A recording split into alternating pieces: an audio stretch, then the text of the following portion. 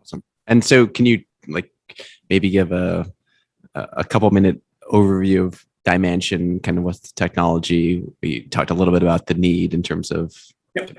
what it does, but you want to just, for those who may not know much about the company, you want to just give kind of a quick overview? Yeah, so DyeMansion's been around since about 2015. The founders kind of created the technology to develop color for a powder bed printed cell phone case.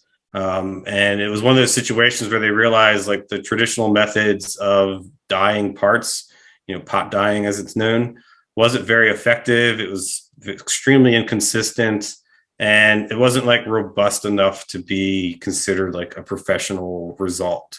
So they developed a coloring solution known as the DM60, and it's still like one of the main systems that we sell today. And stemming from that, it was like, well, with the existing post-processing technologies, namely cleaning, there's a lot of like inconsistencies found in that process too, with like your standard generic blasting cabinets. So they developed an idea around like how can they make put the cleaning of powder bed parts more automated and more consistent, from cycle to cycle. And so they created the PowerShot system. And from there, they just kind of kept going down the line of like, all right, well, we've got cleaning, we've got dyeing.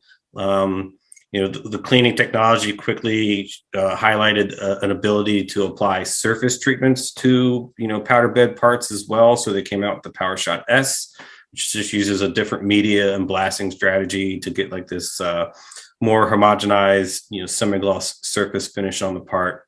And then they got into vapor smoothing just as well to deliver like sealed, water resistant surfaces that mimic that more of like an injection molded part.